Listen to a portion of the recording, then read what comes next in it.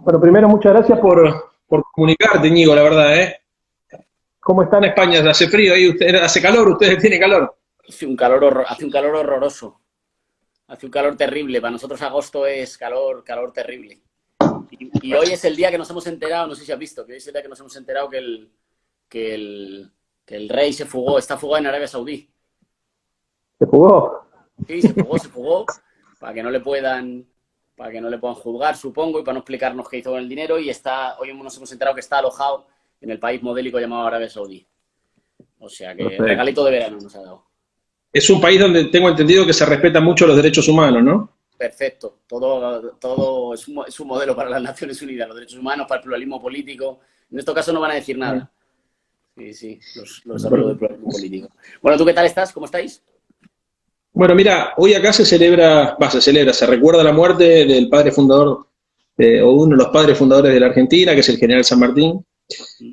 Para nosotros es un feriado, es una fecha muy importante, es uno de los pocos feriados que no se mueven. Y la derecha ha aprovechado hoy para convocar una marcha anti-cuarentena.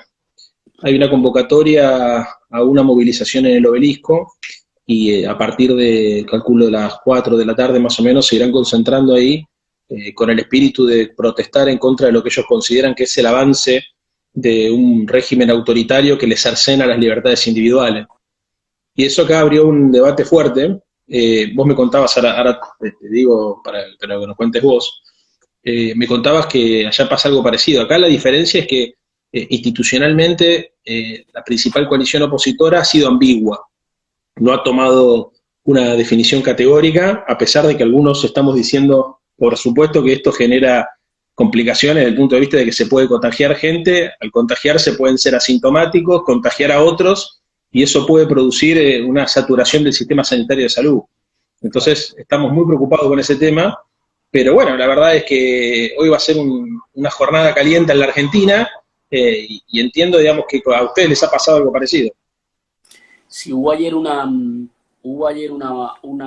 concentración, dice la prensa que juntaron como a 3.000 personas en Madrid, de gente que decía, digamos, de gente que sostiene que el COVID-19 es mentira, que no existe el virus, que el virus es mentira y que es, digamos, una gran conspiración y ahí cada uno mete como sus obsesiones. Bill Gates, el 5G, los gobiernos, Soros, los chinos, cada uno va metiendo lo que quiere, ¿no?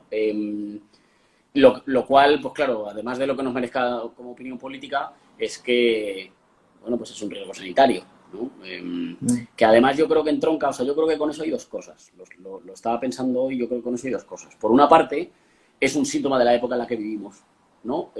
Hay mucha gente, o sea, vivimos en un mundo que es un desorden y que es cada vez más desorden y que es cada vez más difícil de gestionar y de cada vez menos sostenible socialmente, ecológicamente, y mucha gente le cuesta más asumir que es un desorden y por tanto prefiere creer cualquier relato de la conspiración sobre que en realidad las cosas han sido fabricadas en un terrible laboratorio. No, todo este desorden que vivimos se llama capitalismo, digamos, no hay un señor malvado en un castillo planificando, es una forma depredadora del medio ambiente y de los seres humanos que nos hace ser más débiles frente a las cosas, frente al cambio climático, frente a las pandemias, frente...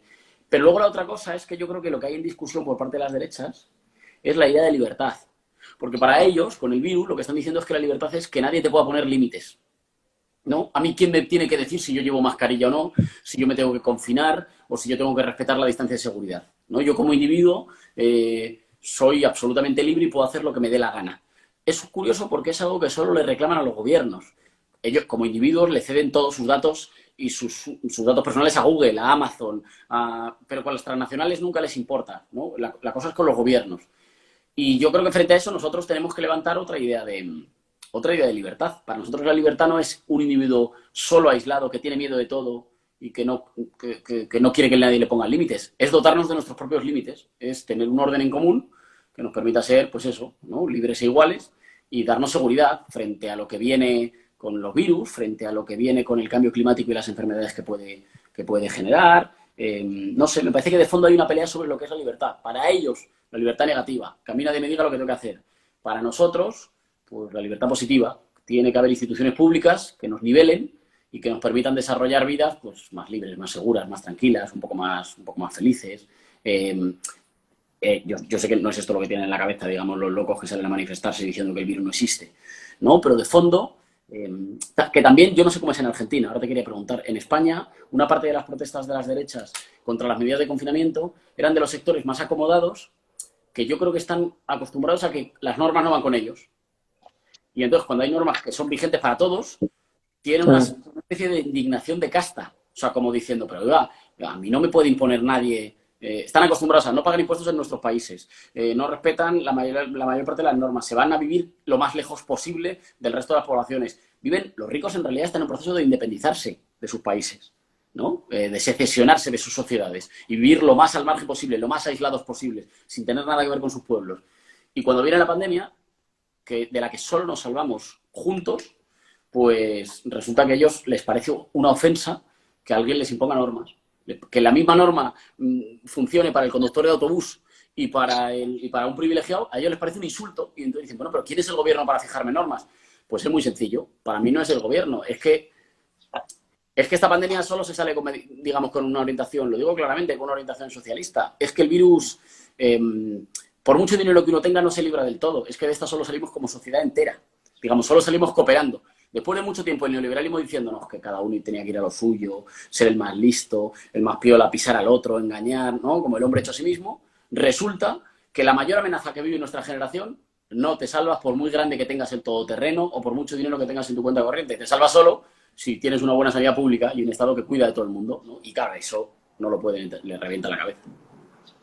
Bueno, a ver, te cuento cómo la vemos acá. Acá parece que hay una suerte internacional conservador o liberal. No hemos logrado armar una internacional de los partidos populares y de las fuerzas progresistas, pero evidentemente sí funciona un internacional neoliberal porque los argumentos son calcados. Sí, ¿no? Sí, y es muy llamativo. Bueno, inclusive ya lo hemos visto incluso en la campaña electoral, ¿viste? Cuando allá asusan el fantasma de Venezuela, acá pasa exactamente lo mismo, derivando la conversación para cualquier lugar. Acá se ha empezado a dar incluso una suerte de vuelta a los argumentos de la Guerra Fría, donde a un gobierno absolutamente republicano y que no tiene ningún viso de estilo autoritario como puede ser el gobierno del presidente Fernández, se lo acusa de comunista. Y vuelven las acusaciones de comunistas, de dictaduras maoístas, cosas de verdad francamente increíbles. Ahora, ¿a qué creo que se debe? Bueno, por parte, Íñigo. Primero, coincido con la distinción entre libertades negativas y positivas, ¿no? El problema es que las libertades positivas salen dinero, hay que pagarlas. Para que haya libertades positivas y que vos, además de tener la libertad formal de poder, por ejemplo, estudiar, tengas la posibilidad de acceder a una beca o tengas la posibilidad de tener un trabajo digno que te permita tener tiempo para poder hacerlo, eso implica rediscutir la concentración económica de la riqueza. Muy importante, cosa que la derecha trata todo el tiempo en esta lógica hiperindividualista de que no suceda. Lo que hemos descubierto acá es que atrás de los movimientos anticuarentena, no todos, porque hay sectores que se movilizan porque están agobiados por la crisis económica, pero aquellos sectores más lúcidos, más formados, los que nosotros llamamos los intelectuales orgánicos de la derecha, que paradójicamente no son militantes políticos, sino son economistas y periodistas, los intelectuales orgánicos de la derecha, los que construyen la línea argumental, han encontrado en el movimiento anticuarentena una suerte de movimiento antiestatista. Entonces, cuando impugnan la idea de que las autoridades públicas no sé, determinen un marco de vida normal, digamos, ¿no? A los efectos de poder tratar de llegar a cierta normalidad, digamos, con el virus, ¿no? O sea, con lo que nosotros acá llamamos el distanciamiento social, o en su momento el aislamiento social preventivo y obligatorio. ¿Qué es lo que dicen? El problema es, están interviniendo en la vida social de los argentinos, y así como intervienen en la vida social de los argentinos, mañana van a intervenir en el sistema financiero. Y pasado van a querer intervenir en el sistema económico. Y entonces cuando te querés dar cuenta, atrás de esta idea, en realidad lo que hay es una suerte de anarquismo de ultraderecha, que se sostiene también sobre una tesis que está cada día más difundida y paradójicamente me parece más aceptada, sigue siendo de minoría, pero empieza a encontrar aceptación, es una suerte de darwinismo social. El darwinismo social, esto es la supremacía del más apto, el que se tiene que enfermar se enferma, sobrevivirán los más fuertes, y en definitiva esto es el orden natural de las cosas. La especie ha logrado evolucionar a partir de estos mecanismos, y nosotros lo único que tenemos que hacer es garantizar que el Estado no intervenga para que a partir de la competencia vayan surgiendo lo que ellos... Hay dos cosas que son asquerosas, que seguramente ya las debes escuchar. Una cosa que le llaman destrucción creativa, que es la idea de que todo lo que se destruye, digamos, aunque sean vidas humanas, puestos de trabajo o fábricas que por ahí no tengan los estándares de competitividad que tienen que tener para competir en un mercado desregulado, ayuda muchísimo a la creación del bienestar. Paradójicamente, la destrucción creativa ayuda al bienestar. Y en segundo lugar, una cosa también que nos asombra mucho es cierta legitimidad que empieza a tener la idea de la desigualdad como un horizonte deseable. Para nosotros, la idea de una sociedad, las tres banderas de la Revolución Francesa, la libertad, la igualdad y la fraternidad, nos orientaron siempre en nuestra cosmovisión. Y la igualdad y la fraternidad entendida como la hermandad entre las personas para construir una sociedad de iguales fue el norte. Pero empezamos a encontrar, Íñigo, también, que incluso algunos jóvenes, y acá te cedo la palabra, empiezan a politizar por derecha y encuentran el enemigo a vencer en el Estado, encuentran en el discurso del hiperindividualismo un lugar donde se sienten cómodos, y encuentran también en las prácticas de esa derecha más reaccionaria, que también describe Jorge Alemán, a quien le mandamos un saludo, en su libro Pandemonium, orientada hacia el odio y la paranoia, esta idea paranoica, que se utiliza como forma de hacer política, un espacio legítimo para intervenir sobre la realidad. Y es ahí donde nos empezamos a preocupar y decidimos contactarnos con vos para ver si del otro lado del océano pasa lo mismo. Claro, lo que pasa es que, sí, decías tú que es verdad que, yo no sé si ellos tienen una, digamos, una internacional neoliberal, pero es verdad que replican las mismas ideas y ponen a circular los mismos mensajes y la misma forma de funcionar. Y por ahí es verdad que nosotros deberíamos, el trabajo político en el día a día, ¿no? Y las vidas y el tirar para adelante, cuesta mucho que nos deje tiempo como para tener más coordinación entre fuerzas nacionales y populares de diferentes países que pensamos igual y que trabajamos igual, ¿no? Pero hay que intentar sacar tiempo porque hay que intentar ir afianzando formas digamos, de solidaridad y de cooperación entre nosotros que nos permitan, ¿no? Digamos, que esto no sea, que esta charla que tú y yo estamos teniendo hoy no sea una excepción, sino que tengamos estas cosas más a menudo, que los compañeros conozcan las problemáticas de un lado y del otro, que a veces son parecidas, pero hay cosas diferentes que a lo mejor sirve en un sitio lo adelantas y te permite preparar cuando te vaya a venir en tu país, o al revés, o cómo le han dado soluciones los compañeros en otro sitio. Bueno, sí, por ahí a nosotros es verdad que nos hace falta completamente, digamos, una internacional popular para la que vamos tarde, ¿no? Que la sentimos en la cabeza y la sentimos en los corazones, pero no la tenemos, ¿no? Sí, lo que pasa es que este discurso que tú dices, que ponen en juego a las derechas, siempre ha sido mentiroso y hoy está muy claro que es mentiroso. Porque yo lo dije en el Congreso de los Diputados en España, cuando aquí hubo que decretar el confinamiento y muchas empresas tuvieron que parar su actividad, vimos dos cosas. Una, que si los trabajadores y los trabajadores muchas veces más humildes, resulta que el país se para. Y segunda, que todas esas empresas acudieron a que el Estado les salvara. Digamos, durante los días más duros aquí de la pandemia y del confinamiento, no escuchamos a ningún liberal decir todas esas sarta de tonterías que normalmente dicen sobre la mano invisible del mercado. La mano invisible del mercado no la vimos aquí. Cuando aquí hubo que confinarse, cuando todo el mundo tuvo miedo y se tuvo que encerrar en casa, ¿alguien confió en que de esta le iba a sacar Google o Amazon? ¿Alguien creyó que de esta pandemia solo íbamos a salir gracias a la libre concurrencia, que al final es el derecho a la especulación ilimitada de los más grandes que cada vez se cartelizan más y tienen monopolios? No, nadie confió en que los grandes monopolios nos iban a sacar de esta, ni que las finanzas nos iban a sacar de esta. En realidad, todo el mundo, incluso los más reaccionarios, incluso los más neoliberales, cuando la cosa se puso muy mal, acudieron a llamar a la puerta de papá Estado. Aquí siempre utilizan la expresión papá Estado como para decir que los derechos sociales son una dádiva a los pobres, de gente que quiere vivir tutelada por el Estado, ¿no? E intentan ridiculizar los servicios públicos diciendo que papá Estado. Bueno, pues todos los neoliberales acudieron corriendo a llamar a la puerta de papá Estado, inmediatamente, a que les rescataran. Así que en realidad es mentira eso de que quieren que el Estado intervenga menos. Lo que quiere es que no intervenga a favor de los desfavorecidos. Pero el Estado interviene sistemáticamente. A ellos nunca les ha importado. En España, la banca privada todavía nos debe 60.000 millones de euros porque rescatamos los bancos con dinero de todos los españoles para que pudieran seguir jugando al casino. Y ahí no les importó la intervención del Estado. O las autopistas, cuando privatizaron algunas autopistas y se compraron las concesiones y no han sido todo lo lucrativas que esperaban, pues esas empresas constructoras han acudido al Estado para que les rescate. O acuden al Estado sistemáticamente para que haga una política de infraestructura sino otras, que favorezcan un tipo de negocio sino otros, o acuden para que les valide sus universidades privadas, o acuden... No, sí. En realidad, ellos sistemáticamente dicen que el problema es el Estado, pero el problema es cuando el Estado se decide intervenir en favor de los que menos tienen. Cuando el Estado quiere nivelar la balanza, porque cuando no quiere nivelar la balanza, cuando trabaja para que los que tienen mucho sigan teniendo cada vez más y hagan lo que les dé la gana, eso les parece bien. Cuando el Estado decreta amnistías fiscales para que se puedan llevar los millonarios el dinero a Suiza o a Andorra, como hacen aquí, sí, claro. Eso no les parece mal y eso es una intervención estatal, ¿no?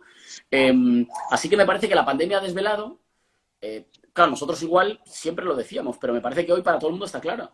La pandemia ha desvelado que el neoliberalismo es mentira. Pero no que es mentira de acuerdo con mis valores, sino que es mentira incluso de acuerdo con los suyos. Todos los neoliberales, cuando vino la pandemia, no acudieron al mercado a que les salvaran, acudieron al Estado. Y cuando todos teníamos miedo, nos dimos cuenta que solo había una institución, por ejemplo, que pudiera intervenir el precio de las mascarillas o de los geles hidroalcohólicos. O orientar a algunas industrias a que produjeran respiradores. Solo había una entidad que lo podía hacer, que era el Estado, las instituciones públicas. Y hay un tipo como de... Sí, yo creo que hay un cierto tipo de juventud reaccionaria o de derechas que se cree que es muy rompedora, ¿no? Se cree que es muy rebelde porque dice que se rebela contra el Estado y contra lo políticamente correcto.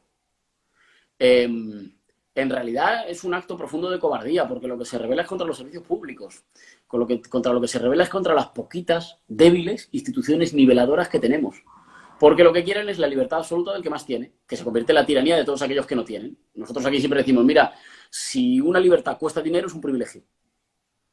Si cuesta dinero es algo que solo se puede permitir quien más tiene. Entonces lo que quieren es la libertad de los amos, que los que más tienen pueden hacer lo que les dé la gana sin ninguna cortapisas. Pero son liberales como miopes, porque se rebelan sistemáticamente contra que el Estado intervenga en nuestras libertades, ¿no? Que el Estado se mantenga fuera de mis bolsillos, que también que es una tontería, porque el Estado fuera de tus bolsillos. Mira a ver si cuando te pones enfermo te puedes pagar un quirófano tú, de tu bolsillo. Pues no, solo te lo puedes pagar si la solidaridad social, condensada en instituciones, tiene una sanidad pública buena, ¿no? Pero en realidad se ocupa mucho del Estado y hoy, ¿cuáles son los grandes poderes en realidad que amenazan la vida de los individuos, la libertad concreta de los individuos? Pues las grandes empresas que te obligan a trabajar por 4 duros o por 4 euros y que si no lo aceptas te dicen que hay 1000 esperando en la puerta, los fondos buitre que compran miles de edificios en nuestras ciudades para especular con las viviendas y hacerlas más caras y hacen que la gente tenga muy difícil alquilar o tener una vivienda. En el día a día estamos muy indefensos frente a poderes muy grandes y sobre esos poderes muy grandes estos no dicen nada. Ahora, como al gobierno se le ocurre intentar nivelar, ahí inmediatamente se enfadan. Y yo creo que hay que poner una idea como muy, muy clara. Es mentira que si estás solo seas libre. Es mentira. Solo quienes tienen mucho dinero no necesitan asociarse y aún así se asocian para mantener sus intereses. Pero es mentira que la libertad sea estar solo, que la libertad sea que nadie intervenga. La libertad es juntarse para nivelar a los grandes poderes y para poder tener espacios de autonomía, de tranquilidad, de poder vivir sin miedo frente a la ley de la jungla, ¿no? De los capitales financieros. Estar solo no es ser libre. Estar solo es estar... Déjame decirte una cosa, Íñigo, porque también hay otro concepto que nosotros utilizamos poco en la política, pero tal vez deberíamos utilizar más, que es el concepto de la felicidad. Eso es. ¿No? Uno no puede ser feliz solo. Eso es. No puede ser feliz solo. Uno no puede ser feliz viviendo en una casa hermosa rodeado en un barrio de villas miserias, ¿no? En un country encerrado. Acá le decimos country a las casas que están, no sé, allá también. Sí. Y el otro tema que es muy interesante es ver cómo se cumple la máxima esa que dice que las ideas de las clases dominantes son las ideas dominantes en cada época, porque han logrado que incluso sectores populares repitan como mantra los dogmas del libre mercado. Acá, hasta hace poco tiempo, hemos sufrido la quiebra fraudulenta de una de las principales empresas cerealeras de la Argentina, que es la que genera dólares. Que es el gobierno no intervino, lo vi.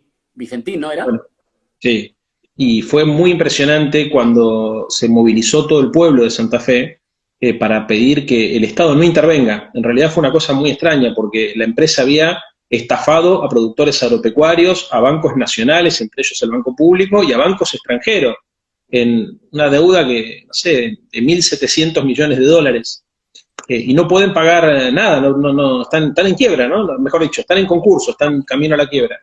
Y se hizo una movilización cuando el Estado anunció que iba a querer intervenir y se veía coches, automóviles muy, muy pobres, de esos automóviles que tienen más de 30, 40 años, con familias de laburantes adentro, con carteles que decía todos somos Vicentín, ¿no? Como peleando para defender los intereses de los grandes estafadores que había sido efectivamente la familia Vicentín, encabezados por el señor Nardelli y Padoan, que habían provocado un vaciamiento fraudulento de una empresa que había funcionado muy bien durante 90 años.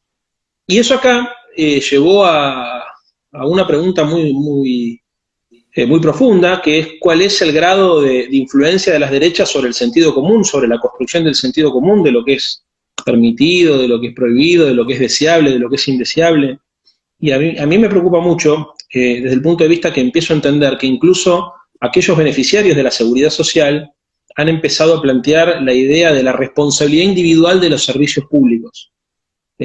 Por ejemplo, empiezo a escuchar gente que no tiene posibilidad de tener una prepaga, que empieza a decir que es injustificado que se cobren tantos impuestos para garantizar, por ejemplo, la universidad pública o un sistema público sanitario de calidad. Se empieza a plantear como idea, ¿no? El hiperindividualismo, la destrucción del contrato social, que parte de la premisa de que todos somos responsables de lo que nos pasa a los otros y que vivir en sociedad te da responsabilidades, pero también te da créditos. Claro. Y eso se ha hecho, y con esto te paso la palabra, se ha hecho sobre una consigna, que es la idea de la meritocracia y el esfuerzo individual. Ellos han trabajado mucho la idea de que el progreso se consigue solamente a partir de tu esfuerzo individual y que el Estado en todo caso lo que tiene que hacer es evitar intervenir. Yo cuando era pibe escuchaba hablar a los liberales en su momento, cuando era joven, cuando era mucho más joven de lo que soy, de las tiranías o de los poderes absolutos del Estado, ¿no? Por eso nosotros siempre distinguimos entre liberales y neoliberales, entendiendo que uno puede ser liberal y no necesariamente ser neoliberal. Ahora que se da esta tiranía del mercado, de los mercados financieros, donde está claro que el poder es el poder de los dólares y no de los votos, está claro que la dirección intelectual, la hegemonía, la construcción de la hegemonía en la sociedad tiene mucho más que ver con lo que producen los grandes grupos económicos que sostienen grandes multimedios, que con lo que producen los intelectuales de la derecha. Para nosotros es una sorpresa el grado de polarización de la sociedad, por cómo se da. Uno podría suponer que en una sociedad democrática, un socialdemócrata, un populista entendido como Laclau lo entendía, un liberal, podían compartir trincheras frente al avance de poderes absolutos. Pero hoy que se da el avance de un poder absoluto, encontramos que la polarización se plantea en términos que para nosotros no son políticos, o que son antipolíticos, o que son inclusive muchas veces infantiles. O sea, y la división no necesariamente concuerda con lo que uno supone que debería concordar desde el abordaje de una mirada racional del conflicto que tienen nuestras sociedades, donde el poder se va de la política hacia el mercado, de lo público hacia lo privado, donde el poder empieza lamentablemente a reproducir un estado de situación de desigualdad y de infelicidad, y donde incluso muchas víctimas de esas políticas que producen infelicidad, pérdida de autonomía individual, terminan reproduciendo el discurso que se construye desde esos lugares antipolíticos. Y bueno, por eso creo que es imprescindible también empezar a pensar, y con esto te paso la palabra, cómo desarmamos el sentido común del neoliberalismo. Es que estaba bajando la cabeza, pero porque no paraba de apuntar cosas de lo que decías. A ver, yo creo que hay varias cosas en lo que decías. Hay una que no quiero que se me olvide, ¿vale? Que te contesto ahora, pero hay una, es que dijiste una cosa que no me parece menor y que puede parecer inocente o naif y que a mí me parece fundamental. Y la dejaste como de paso y a mí me parece que es fundamental. Cuando decías la cuestión de lo de la felicidad, hay que volver a atreverse a hacer política para las cosas que de verdad importan. El confinamiento en España supuso mucho dolor para mucha gente. No es lo mismo confinarse en una casa de 200 metros cuadrados que en una de 40 metros cuadrados. No es lo mismo confinarse si tienes trabajo que si no lo tienes. Si tienes, no sé, garantizado que vas a poder pagar las facturas a final de mes que no. El confinamiento fue muy duro, muy duro. Pero también el confinamiento nos devolvió un poco una idea de la... O sea, creo, por lo menos a mí me pasó, me inspiró reflexiones que a mí me volvieron a conectar lo individual con lo colectivo. Y la política tiene que volver a las cosas fundamentales que nos pasan en el cuerpo. La política tiene que volver a hablar de si dormimos bien o no. En España se consumen masivamente antidepresivos. Eso no es una cuestión sanitaria, es una cuestión política. Eso significa que tenemos un orden que está desquiciado. Eso significa que vivimos en una sociedad que para la mayor parte de la gente es inaguantable si no se medica. La política tiene que hablar de eso. Y la política tiene que hablar de si tenemos tiempo para ver a nuestros seres queridos, si la gente joven podemos tener hijos o no, no solo porque podemos, no sé, tener una casa, sino porque podemos aspirar a que los podemos ver, a que podemos disfrutar de tiempo con ellos, a si lo que comemos es más sano o menos sano, ¿no? En España, por ejemplo, tenemos a los pequeños productores que intentan producir queso, leche, hortalizas o carne sobreviviendo con muchas dificultades, pero luego lo que te comes en el supermercado está transportado de 3.000 kilómetros. ¿No?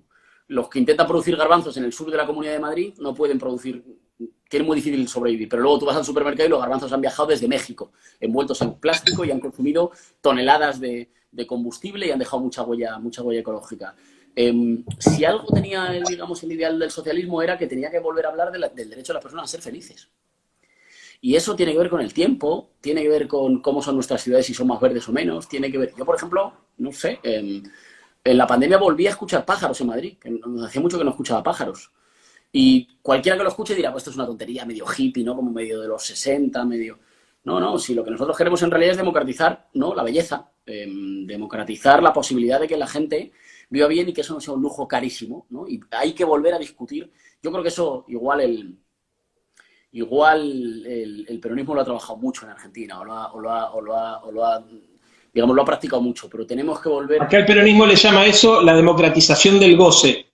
La democratización del goce, pues me lo apunto, porque es verdad, porque yo creo que en algún momento, a lo mejor en Europa fue más, pero en Europa nos pareció como que había que ser serios, había que hablar como de grandes cifras, y eso también, yo lo hago eso todos los días, pero además de eso, estamos en esto porque queremos que la gente pueda vivir vidas que merezcan más la pena, ¿no? Lo digo para no dejar pasar lo de la felicidad.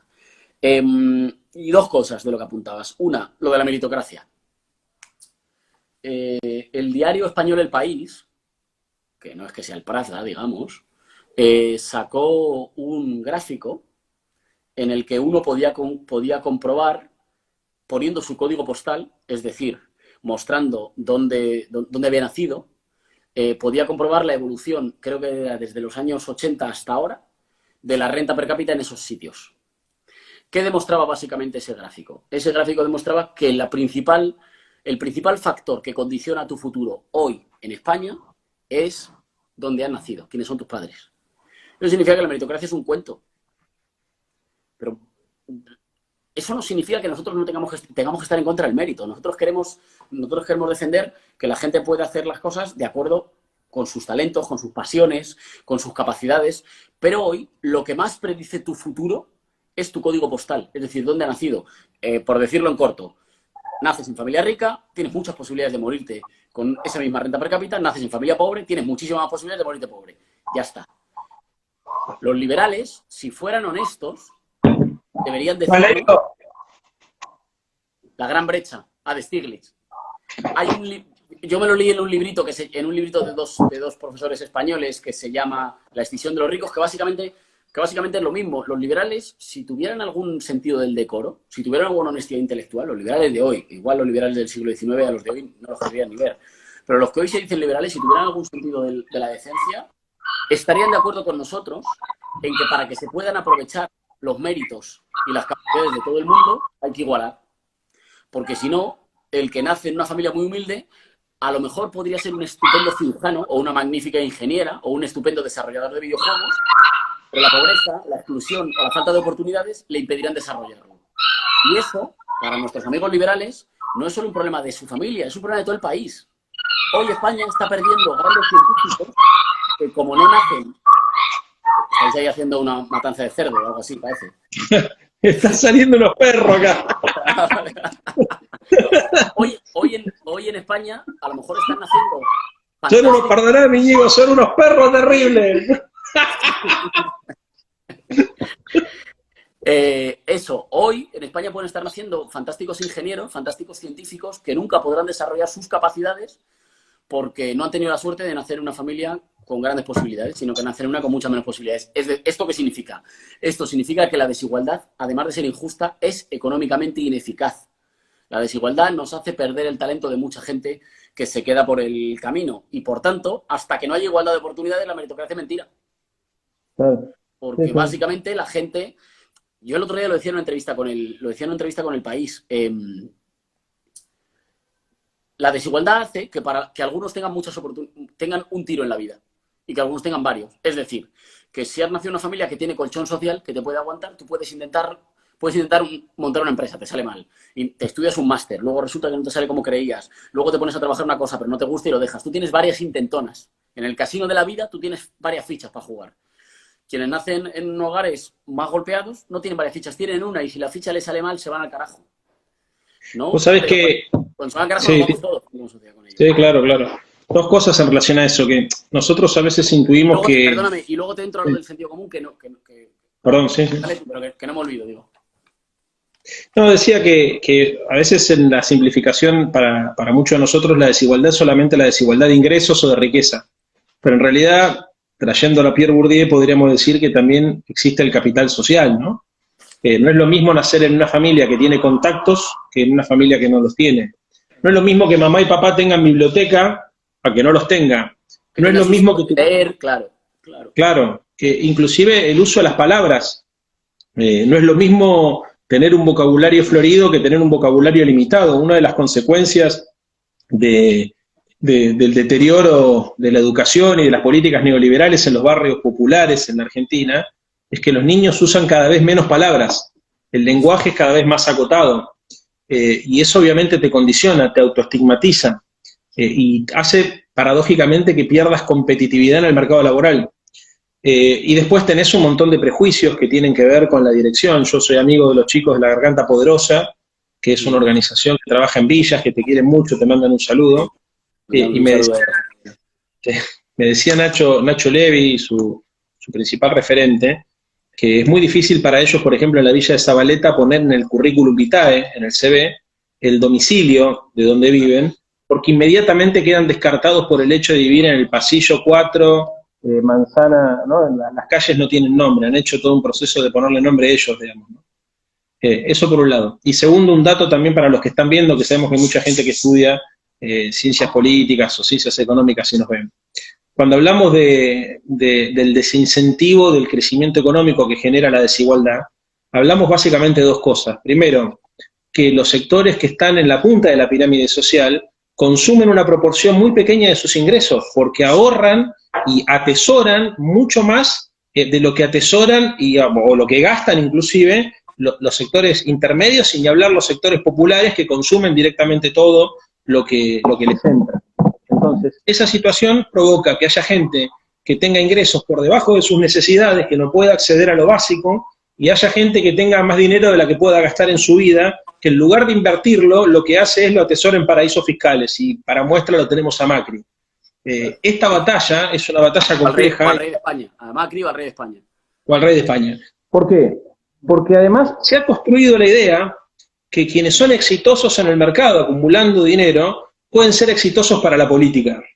Y que el éxito se mide en términos de la capacidad de acumular bienes materiales, y la capacidad de acumular bienes materiales te legitima para mandar, Íñigo.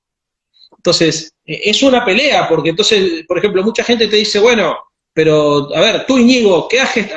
Tienes una empresa, ¿O has gestionado alguna vez comercio? No, entonces no puedes hablar, ¿no es cierto? Porque acá lo tienes a que este es un profesional que ha logrado demostrar que con su esfuerzo individual produjo una gran multinacional. Después no te explican que en realidad esas multinacionales se han construido en general también con suculentos contratos con el Estado, ¿no es cierto? Porque acá casi ningún empresario de los grandes, de los fuertes, puede decir que no tiene nada que ver con el Estado.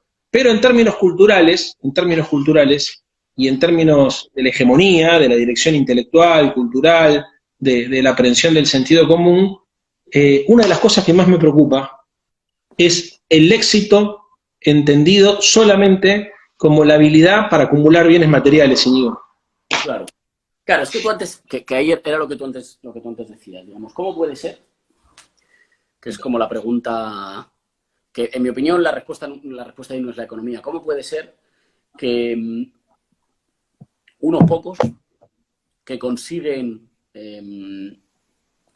una vida muy por encima de sus sociedades, con más dinero del que podrán gastar nunca en su vida, aunque vivieran 3 vidas, cómo es posible que unos pocos, que una pequeñísima minoría, sea capaz de que sus valores, de que su estética, de que sus aspiraciones se conviertan en lo que todos desean? Es más, en lo que desean incluso quienes nunca llegarán a eso.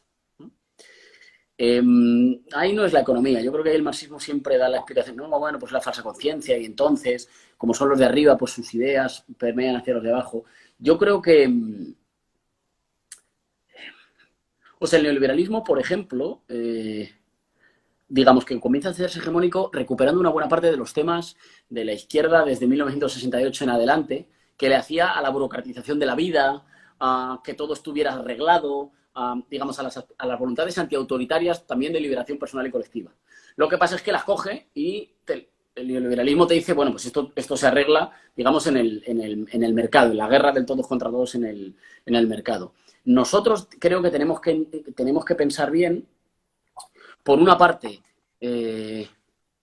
cuáles de esas ideas, por qué esas ideas son atractivas, para gente que hoy se lleva la peor parte en la organización social y que, sin embargo, le parece... Me dice alguien que no se oye mi audio. ¿Me oís bien? ¿Tú me estás oyendo? Sí, sí. Vale.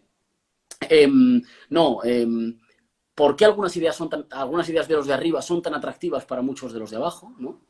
Y a eso hay que dar una vuelta. ¿Y cuáles de esas ideas, ojo, y lo digo, cuáles de esas ideas no hay que descartarlas todas igual? Y lo digo muy, muy llanamente. Yo no creo que haya que descartar la idea del mérito. Lo que sí que creo es que la meritocracia, lo digo otra vez, digamos que la meritocracia es mentira. Pero a mí sí que me parece bien. O sea, yo no creo que el mercado pueda ser abolido. No creo ni siquiera que sea deseable. Creo que el intercambio de cosas entre los humanos no está mal. Creo que lo que no se puede dar es, lo que no se le puede entregar es a un espacio de intercambio que está gobernado por quienes más tienen y pueden, con oligopolios, controlar la fijación de precios, la fijación de las formas en las que trabajamos, las condiciones, pueden poner de rodillas a los gobiernos. A esa especie de sinsentido no se le puede entregar el poder de gobernar nuestros países, el medio ambiente, nuestras vidas. Creo que es un sinsentido. Ahora bien, yo creo que el mercado va a seguir existiendo, digamos que de hecho nadie lo ha abolido y todos los intentos de abolirlo han acabado de una forma terrible, totalitaria, ¿no? Creo que el mercado tiene que seguir existiendo. Creo que está bien que la gente tenga iniciativa individual. Creo que hay ciertos niveles de competencia que no están mal. Y creo que eso no se lo podemos entregar. Digamos, nosotros no le podemos oponer al neoliberalismo una especie de absoluto estatismo que piense que en realidad todo lo podemos hacer una institución. Primero porque si es que mentira, si es que son ellos los que ahogan la posibilidad de que afloren todos los méritos y todos los talentos. Son ellos los que ahogan la posibilidad de que la gente cree cosas. Yo qué sé cuántos chavales hay hoy que a lo mejor están desarrollando un videojuego buenísimo que nunca va a poder llegar a comercializarse porque resulta que viven en un barrio donde no lo podrán sacar adelante, o porque no tienen la financiación suficiente, o porque no tienen... No, yo no tengo ningún problema entre la colaboración público-privada. Lo que sí tengo problema es, primero, que creo que los sectores estratégicos tienen que estar gobernados con una idea de interés general, ¿no? Y el que no lo crea o el que le parezca que esto es socialista, pues que recuerde de nuevo el COVID. Cuando llega el COVID, ¿qué pasa? Pues que nos damos cuenta que en nuestros países, a vosotros a lo mejor nos pasa, pero nosotros no producimos una buena parte de los alimentos que necesitamos, no tenemos casi industria porque la hemos ido desmontando para ser un país que solo se dedica al turismo y a la construcción de casas para que vengan los alemanes o los holandeses aquí. Por cierto, que luego nos dicen que digamos, luego no quieren que la Unión Europea pueda poner dinero para salir de esta, ¿no? Y luego ellos son los tenedores de nuestra deuda, porque nos usan como colonia, de trabajo barato, porque vienen aquí a tomar sangría barata, a tener un apartamento en la playa barato, y a que no, porque el sueldo de un camarero aquí cuesta menos de lo que cuesta el sueldo de un camarero en sus países de origen, ¿no? Que es una relación colonial, en realidad, la que tienen con nosotros los países del norte de la Unión Europea. Bueno, por una parte, no entregarles todo eso, pero por otra parte, claro, nosotros solo hacemos política, en realidad, cuando estamos así en una charla, cuando estamos en un acto, cuando estamos en una marcha, cuando estamos... Pero el adversario hace política todos los días, todos los minutos, desde que abre Netflix. ¿Cuántas series hay en Netflix en las que el héroe es colectivo? En todas las series que vemos, en realidad, el que sale adelante porque es un tipo medio solitario, mal encarado, que desconfía de todo el mundo y que gracias a que tiene muchos cojones y mucha audacia y mucha no sé qué, al final tira para adelante, ¿no? Y el héroe siempre es individual. Y si se cruza con una manifestación o se cruza con una concentración, parece como un rebaño de ovejas que le molesta. No sé, ¿en cuántas series vemos historias de superación de familias que se ayudan y que tiran para adelante en condiciones difíciles? No de, digamos, superhéroes o policías que resuelven 15 crímenes, y a mí me encanta la novela negra. Pero vemos historias de las de la calle, las del día a día, las de... Entonces, yo creo que hay que entender una cosa, que es, antes de que se abran las urnas, antes de que lleguen las elecciones, ellos ya van ganando. ¿Por qué? Porque sus valores se normalizan en el día a día con todo lo que... con las aplicaciones para conocer gente, que hacen que te relaciones con la gente como si fueran todo el rato objetos de consumo uno detrás de otro, con la relación en el trabajo, en la que mucha gente de nuestra generación entiende que para ascender o para que te vaya mejor, en lugar de organizarte o en lugar de cooperar, lo mejor es intentar pisar al de al lado, ¿no? Y subir por encima de él. En la relación cuando tienes que alquilar una casa y todo el mundo sabe que con determinado aspecto o que con determinado trabajo o que con determinada ideología vas a tener más difícil que te alquilen una casa o no. Digamos, en el día a día, las relaciones mercantiles en el día a día naturalizan los valores del adversario. Y cuando nosotros proponemos unos alternativos, nos dicen es que ustedes están politizando. Porque los suyos no son políticos, los suyos no los reproducen ellos en mítines. Si lo reprodujera Macri en mítines nunca habrían ganado, porque no habla fatal. Es que los suyos, Macri no tiene que hacer campaña, se la hace, digo, no voy a decir, no sé, que Netflix, pero digo que yo la veo, pero sus valores los reproducen en la vida cotidiana el conjunto de relaciones mercantiles, ¿no? Que estás solo, o pisas o te pisas, no puedes confiar en nadie, cuando alguien habla de lo colectivo es para engañarte, de tal manera que para cuando empieza la competición electoral ellos ya van ganando. Y ahí yo creo que hay una cosa que los gobiernos populares tienen que entender, en mi opinión.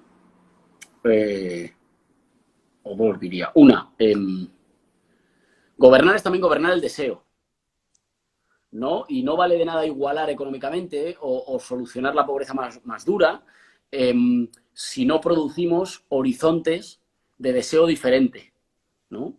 Porque el capitalismo salvaje los produce todos los días.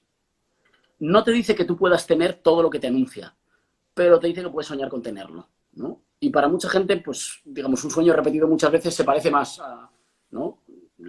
Se parece más a alguna idea de felicidad. Puedes jugar a que eres rico un tiempo, ¿no? Todos los vídeos de rap, por ejemplo, te pones un vídeo de rap y la gente es gente muy de barrio que durante una noche puede jugar a ser millonario. Y tiene champán y está en una habitación de hotel y está... ¿no? Una noche puede ser rico. Te puedes ir, durante 3 noches en tu vida tú puedes jugar a que eres millonario. Nosotros hay que dar la disputa por el deseo. Yo desde hace mucho tiempo le presto mucha atención al ecologismo como una forma de plantear, unas formas de desear, de un horizonte de felicidad alternativo que tiene que ver con lo pequeño, con tener tiempo para tus seres queridos, con cuidarnos, con reírse más, con comer mejor, con tener más horas para los placeres lentos, ¿no? Hay que dar la disputa, en mi opinión, por el deseo, porque si no hacemos eso, eso siempre lo hace el adversario. Y la segunda, me estaba leyendo un librito que decía Saint-Just en la Revolución Francesa, que decía que quien hace una revolución a medias cava su tumba. Y el tipo, ¿por qué lo decía? Lo decía en 1792 y lo decía porque decía, claro, nosotros le hemos dado la libertad política a mucha gente. Pero esa gente es civilmente dependiente de los peores enemigos de la nueva república. Así que, aunque son políticamente libres, en el día a día se socializan en los valores del adversario.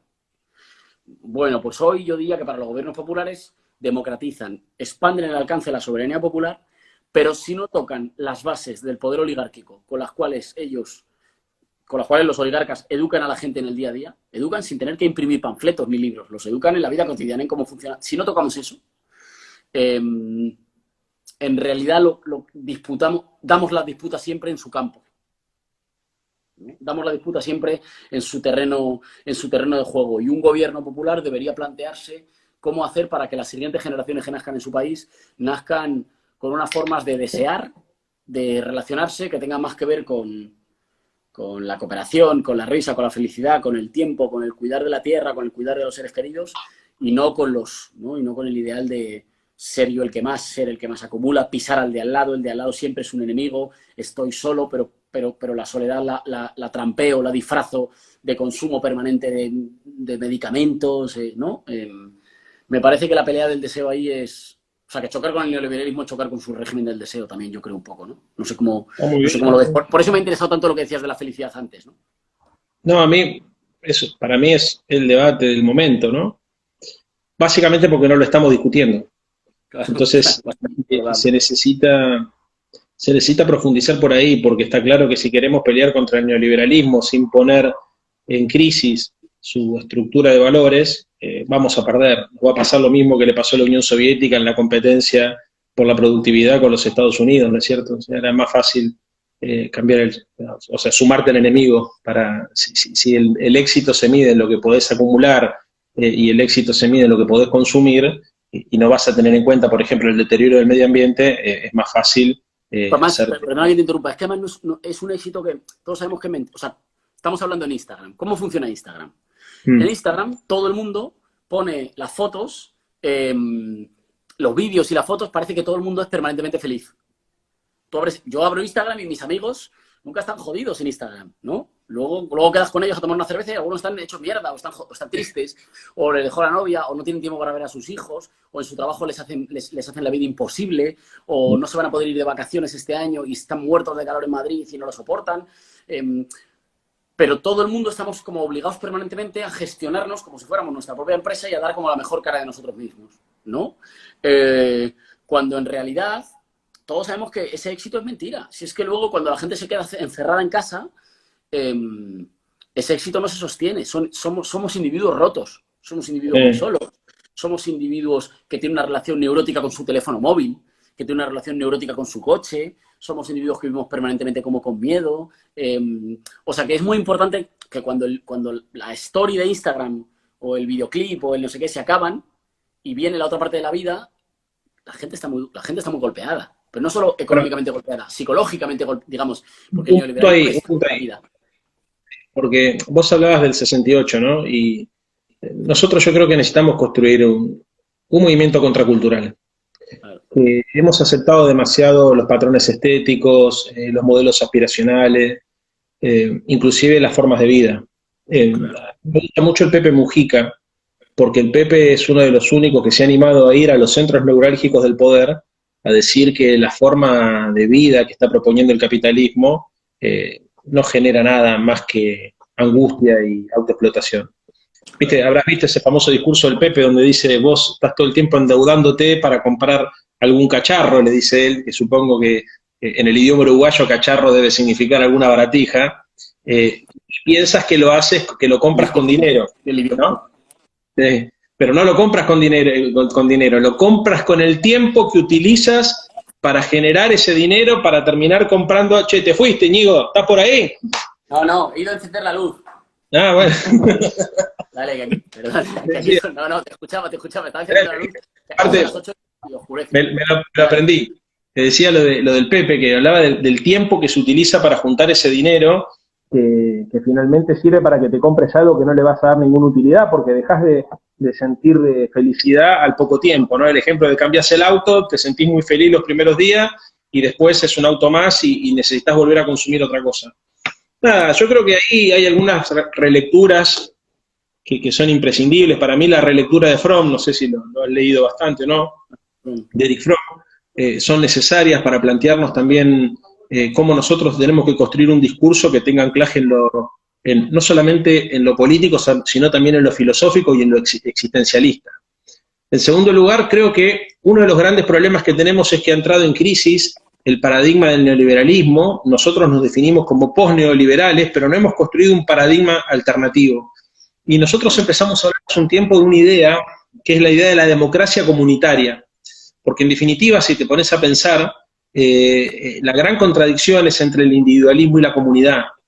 La idea de una democracia comunitaria que te permita encontrar, por ejemplo, un valor en el tiempo libre, en el compartir, en ser feliz en el dar, más que en el recibir, en recuperar la idea del altruismo, que es una idea que a mí me cuesta, por ejemplo, inclusive hasta con mi hija más grande, con Fran. Yo cuando tengo una hija de 14, y cuando le trato de explicar que hay cosas que hago solamente porque las hago, sin que haya ningún tipo de interés atrás, me cree porque soy su papá y me ama, pero es difícil entenderlo para un adolescente hoy, ¿no? O sea, todo en realidad está mediado por un interés que en general suele ser o material, o en el caso de los que somos políticos profesionales, además de ser militantes, está atado a algún tipo de búsqueda de, no sé, de algún tipo de ventaja electoral, cuando en realidad no es así. Es más, para comunicar muchas veces uno transige con la realidad a la hora de aceptar el significado de algunas palabras y le da ese significado como la derecha las construye solamente porque supone que entrar a discutir, por ejemplo, la idea de democracia no la usamos en los medios de comunicación como la podríamos utilizar en una conversación entre vos y yo. Aceptamos que la idea de democracia es solamente la democracia política y que en todo caso, digamos, dejamos que algunas discusiones queden para más adelante. Pero ¿a qué voy con esto? Para darte finalmente la palabra y después, si te parece, hacemos entrada a algunas preguntas que los compañeros están haciendo. Para pensar que nosotros no podemos, Íñigo, seguir definiéndonos por lo que no somos. Que una de las grandes ventajas o de los grandes logros del neoliberalismo es conseguir que cada vez que nosotros fijamos la utopía como norte, para un sector de la sociedad se nos ridiculice como infantiles o como soñadores. En esta lógica del Instagram, por ejemplo, hay que saber venderse, ¿no? Y el concepto venderse tiene una connotación positiva. Y ser un soñador y ser un idealista, paradójicamente para un sector de la sociedad tiene una connotación negativa, porque los sueños te alejan de lo concreto, paradójicamente en esa cultura de lo inmediato y de lo superficial. Es más, cuando uno trata, por ejemplo, de vivir con austeridad, yo lo practico como creo que también lo practicás vos en tu vida cotidiana, lo hace también como una forma de ejercer la docencia política, no solamente porque cree que tenga que ser así, sino que lo hace porque nosotros no podemos plantear que hay que organizar la sociedad sobre un criterio distinto al de la codicia, el lucro o la rentabilidad, si uno mismo no se autolimita, ¿no? Y muchas veces esto es percibido como una actitud despectiva. Yo subí una foto a Instagram, por ejemplo, con el ministro de Desarrollo Social esta semana, donde varios comentarios hacían foco en cómo estaba vestido Íñigo. Me decían, eres diputado, ¿cómo te vas a vestir así? Eres un croto, vístete mejor. Y te puedo asegurar que ese mensaje tiene una carga ideológica muy fuerte que está muy vinculado con lo que estabas planteando vos, ¿no es cierto? Porque si todo el tiempo lo importante es la apariencia, si todo el tiempo lo que hay que subrayar es solamente la venta de uno como si fuera un producto, hay poco lugar para el discurso humanista, que es en definitiva el que nosotros tenemos que lograr instalar. Vos decías recién, en una simplificación que me parece muy interesante, los suecos en realidad hablaban de todo el mercado que sea posible, todo el Estado que sea necesario, ¿no? Ahora, ¿quién define cuánto mercado es posible y cuánto Estado es necesario? Los valores. Y yo creo que la disputa nuestra ideológica, más de fondo, filosófica, existencialista, pasa por volver a poner al ser humano en el centro de la escena y poner a la economía al servicio de la política y no a la política al servicio de la economía, y pasa por lograr generar crisis en el sentido común del neoliberalismo. Con esto termino así. Vos sabés que para nosotros el capitalismo, que es un poco más que el neoliberalismo, el capitalismo es el gran constructor de sentido de nuestras democracias, ¿no? de nuestras sociedades más que nuestra democracia. Y es como la Matrix, ¿no? Porque parece perfecto, o sea, uno vive una vida que en realidad no vive, pero cree vivirla. Ahora, ¿cómo se pelea contra la Matrix? Bueno, nosotros durante mucho tiempo en nuestra juventud teníamos la instancia frontal, ¿no? de generar una lucha frontal contra la Matrix. Pero descubrimos que en realidad la mejor manera es crear virus en la Matrix para lograr generar pequeñas contradicciones, para lograr que parte de los que vivimos dentro de la Matrix nos demos cuenta que en realidad esa es una realidad ficcional, una realidad que está montada.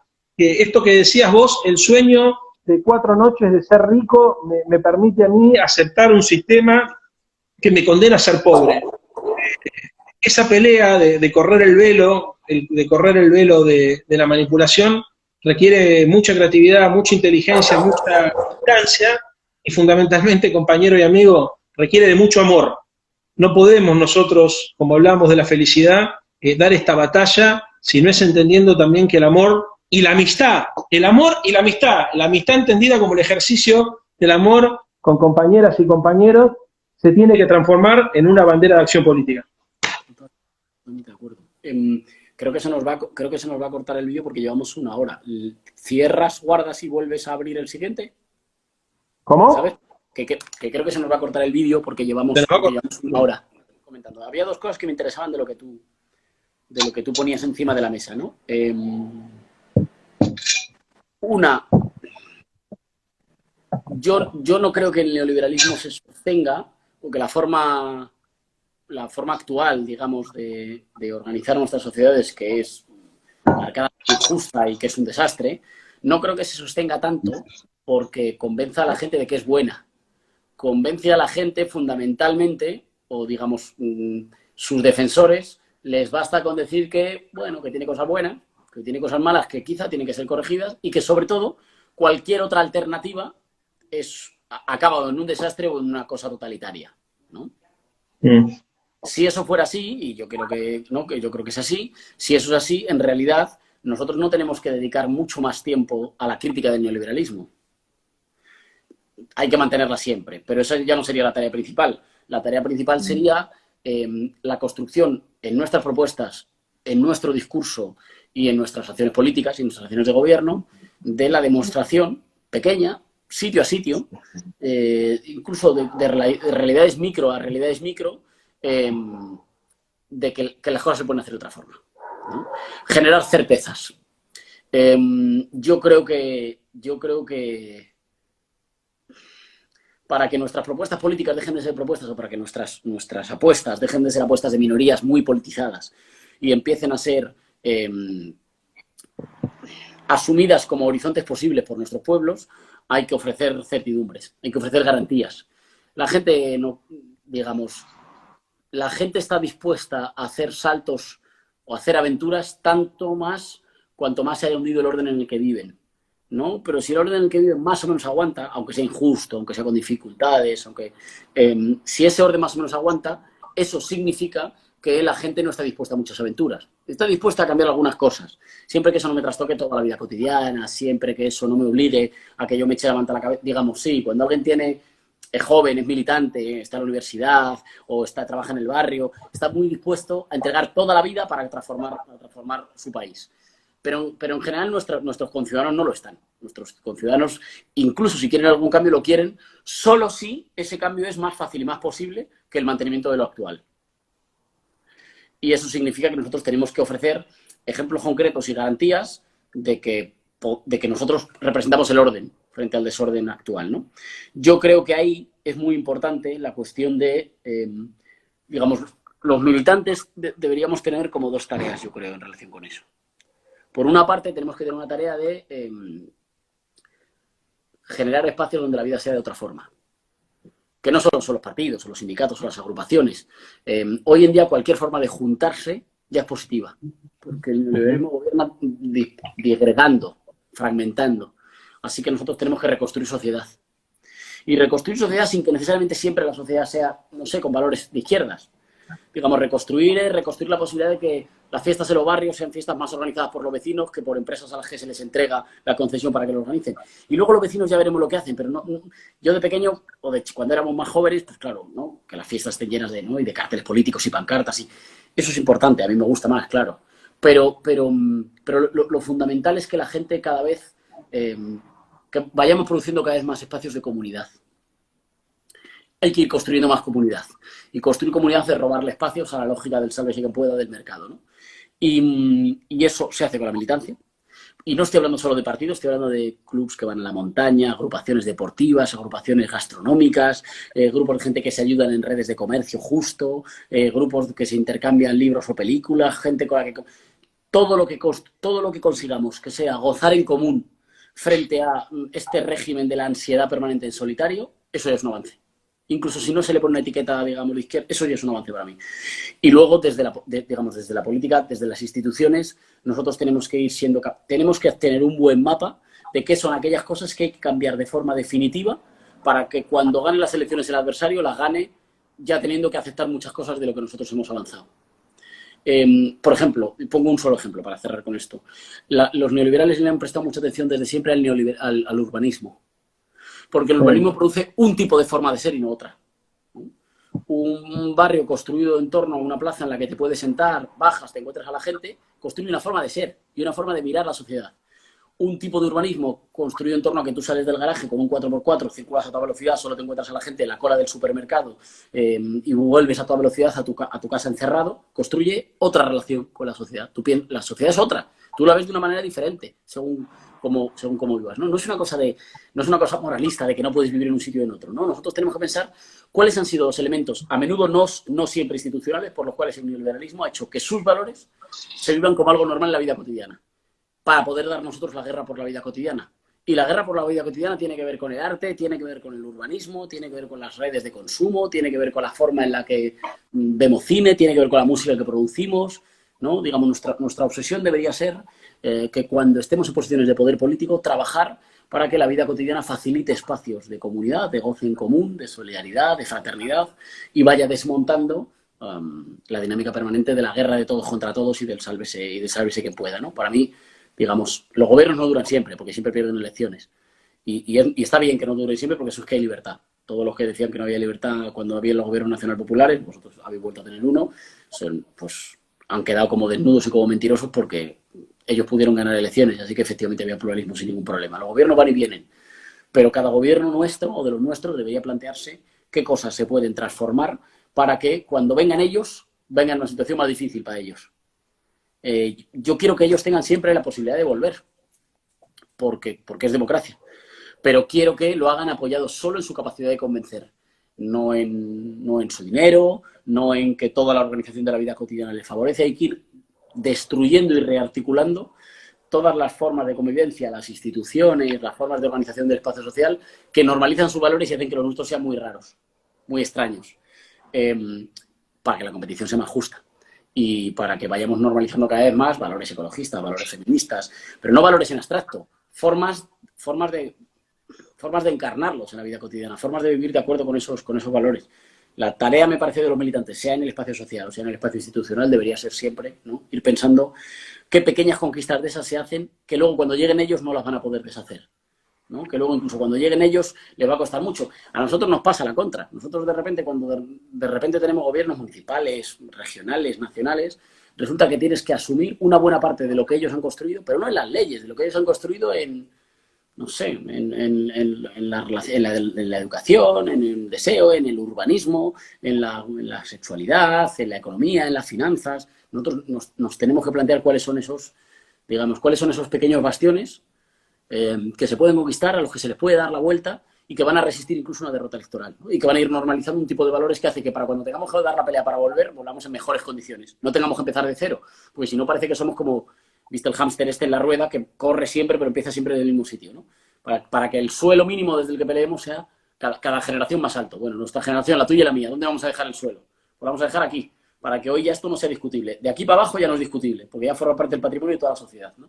Y por lo tanto, la siguiente pelea, cuando nosotros ya estemos cansados, los que vengan, ya no la tengan que dar desde aquí, como tuvimos que dar nosotros, sino que la den de aquí para arriba, ¿no? Para ir siempre por más, vamos. Yo, si te parece, dejamos aquí lo nuestro, dejamos aquí esta parte de la charla y lo nuestro que sean muchas charlas más, pero y damos, ¿no?, a las compañeras y a los compañeros que están viéndonos, que están escribiendo, que están mandando cosas, le damos paso. Bueno, acá me dicen que vamos a seleccionar preguntas. Vale. Están acá. Sí.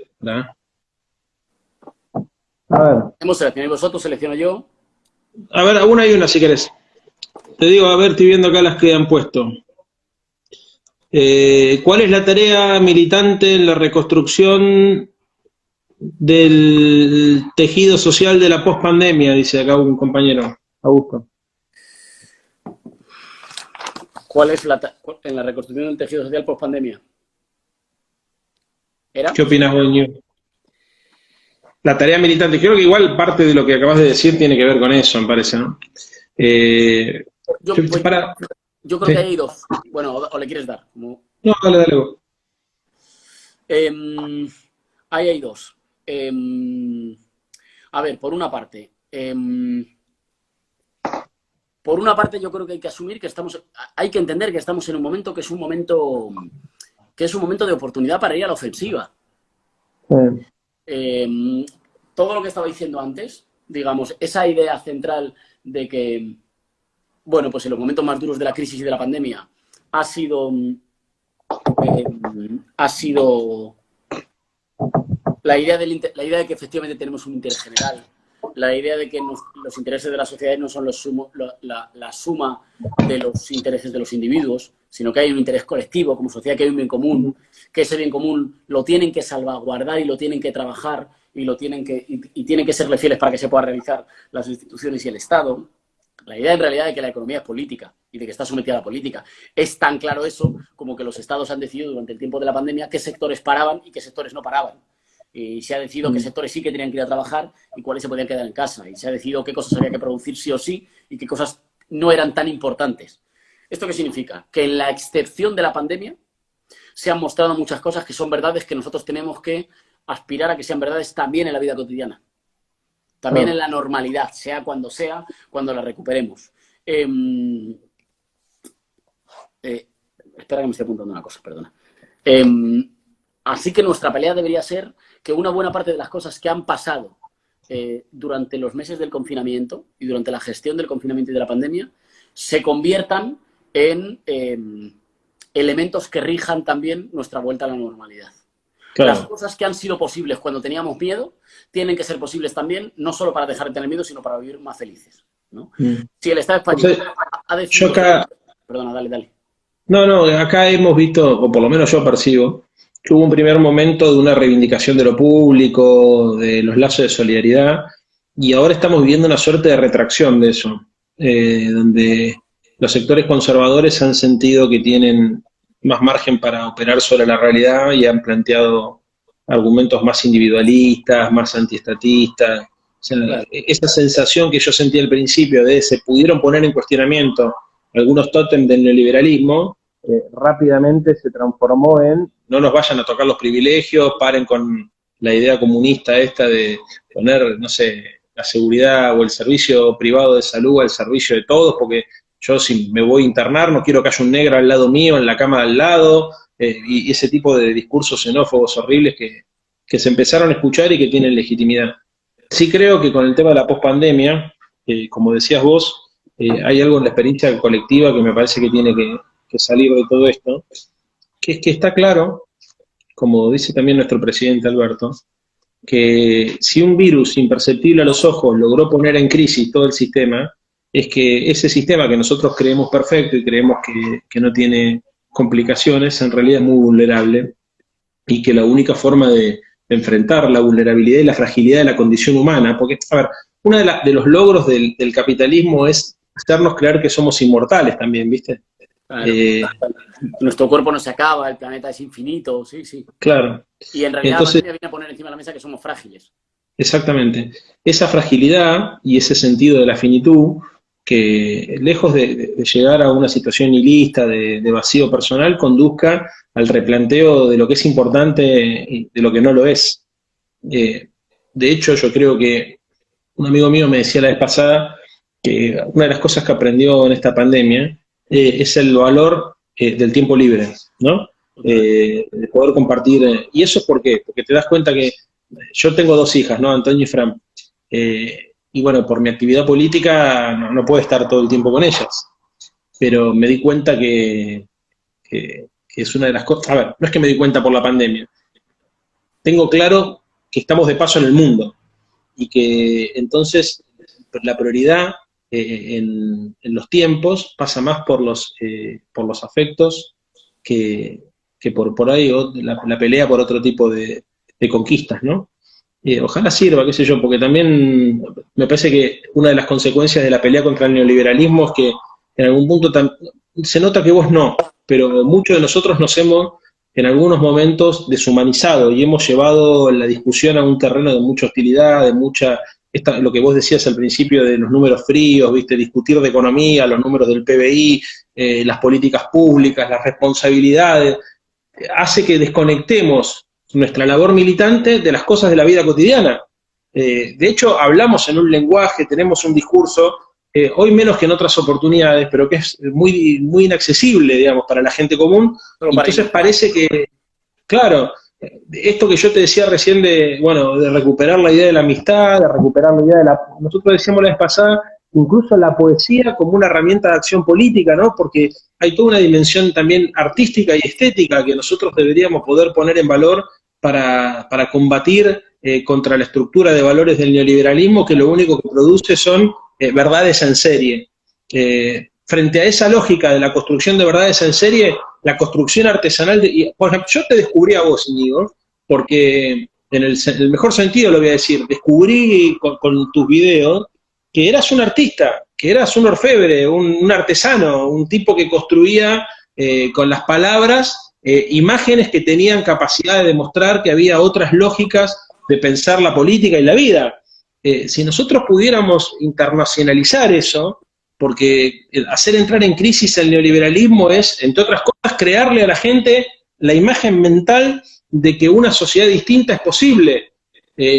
Acá se suele usar, a ver si lo tengo acá, hay un librito, no sé si lo has leído, de Mark Fisher. No, a ver. Bueno, te lo apuntas y te lo compras después. Que dice que, realismo capitalista, dice que es más común ver en las películas de Hollywood y pensar el fin del mundo que el fin del capitalismo. Sí, para nosotros es más probable pensar el fin del mundo que el fin del capitalismo. ¿Y eso por qué es? Porque no somos capaces de imaginar, y acá el tema de la imaginación también como una herramienta de la acción política, una forma de vida, no de construcción política, sino de vida distinta a la que nos proponen las series de Netflix que decías vos. Y eso no lo va a hacer un productor de Hollywood, lo vamos a tener que hacer nosotros. Claro. Había o sea, yo creo que ahí lo fundamental es que en los momentos en los que todo se sacude, en los momentos en los que de repente tenemos miedo, no sabemos qué va a ser de nosotros, nos preocupamos por nuestros familiares, esos momentos revelan verdades sobre lo que somos y sobre lo que queremos ser. Sí. Y para mí la pregunta es si hemos tomado nota, ¿no? Si hemos tomado nota de lo que aprendimos, por desgracia, en momentos muy difíciles, ¿no? De si aprendimos la importancia de que hay que liberar tiempo. No puede ser, si cada vez hacen más trabajo las máquinas, ¿por qué trabajamos más horas? Si hemos liberado, si producimos la misma cantidad de mercancías con menos horas necesarias de trabajo humano. Pues porque la liberación del trabajo se convierte, digamos, en más precariedad, ¿no? En manos de los capitalistas. O porque si nos hemos dado cuenta que necesitamos vivir en sociedades donde estemos más sanos, donde respiremos mejor aire. O sea, el virus también ha golpeado más en sitios donde la gente respiraba peor aire, donde la gente vivía con aire más contaminado. ¿Por qué no somos capaces de transformar eso? Digamos, ha habido 3 o 4 cosas que hemos aprendido. 3 o 4 cosas que yo creo que ni nuestros adversarios nos pueden discutir. Que la sanidad pública salva vidas y que es la única que nos asegura, porque del virus no te sales tú solo. Que los países tienen que volver a tener industria para producir lo que necesitan. Esa tontería de que se nos pueden ir todas las industrias y nosotros dedicarnos solo a ser países de servicios. Necesitamos tener industrias propias. Que la empatía y la solidaridad salvan vidas y que se cuidan y que mis vecinos eran unos desconocidos. Y en los días más duros de la pandemia de repente nos conocíamos, nos ayudábamos, la gente se presta, mira, no sé quién no puede ir a comprar porque es mayor, pues alguien va a la compra por la señora mayor y luego se lo sube. Bueno, pues esas 4 o 5 cosas que aprendimos en los momentos duros, la pregunta de cómo se transforman, ¿no? ¿Cuál deberían ser las tareas de la militancia? Esas grandes cosas que aprendimos en los duros, hay que transformarlas ahora. Con esas cosas hay que construir la nueva cotidianidad, ¿no? Con esos elementos, con esos mimbres. Hay 3 cositas muy, muy rápidas, si me permites, que han preguntado bastantes compañeros, yo creo desde Argentina fundamentalmente, que querría responder, para no solo responder a cosas, digamos, más teóricas, sino para no escaparme. Que han preguntado 3 cosas. Han preguntado Una cosa de carácter más interno, porque mucha gente pregunta, ¿no? Preguntaban varios compañeros Íñigo, pero ¿por qué te fuiste de Podemos? Y se lo quiero responder. Una cosa sobre la monarquía o la república, ¿no? Que alguien decía, joder, con lo que está pasando, ¿por qué están con ese tema que es menor? Y una cosa sobre, a mi entender, cómo lo está haciendo el gobierno actual, el gobierno de Pedro Sánchez en España. Sobre lo de monarquía o república, alguien decía, con lo que está cayendo, con todo lo que está pasando, ¿cómo es posible que estén ustedes ahora con el debate monarquía o república? Que parecería una cosa menos importante. No es ese debate. No es un debate monarquía o república. Es el debate sobre si los españoles somos mayores de edad o no. Si tenemos derecho a conocer lo que el jefe del Estado hace, dónde está y qué ha hecho en el nombre del Estado español y si los impuestos los va a pagar yo aquí. No es un debate sobre la forma de Estado. Yo soy republicano. Y yo preferiría que el jefe de Estado en España se le vote. Pero no es un debate sobre la forma de Estado. Estamos en una cosa anterior. Estamos en un debate sobre el Estado de Derecho, sobre si todos los españoles somos iguales ante la ley, nos apellidemos Errejón o Borbón. Ese es el debate. Y ese sí que es un debate sobre el tipo de sociedad que vamos a construir. Y, por cierto, precisamente por la que está cayendo, qué bien nos vendrían que todos esos millones de euros, supuestos millones de euros, hubieran pagado impuestos en España. Porque a lo mejor tendríamos un poquito más de recursos para la sanidad. La segunda cuestión es lo del gobierno, ¿no? Voy muy rápido. ¿Qué tal creo que lo está haciendo? Mire, tenemos el riesgo de confundir este gobierno con lo que dicen de él sus enemigos. Si tú escuchas a la derecha en España, este es un gobierno que está emprendiendo un proceso de transformación socialista radical en España. Pero eso lo dicen porque están mal de la cabeza. Digamos, se ha desplazado tanto el sentido común que en realidad cualquier cosa parece que... en realidad yo creo que tenemos un gobierno que ha puesto algunos parches, pero que está desaprovechando, en mi opinión, una magnífica ocasión para hacer de nuestra sociedad una sociedad más verde, más justa y más libre.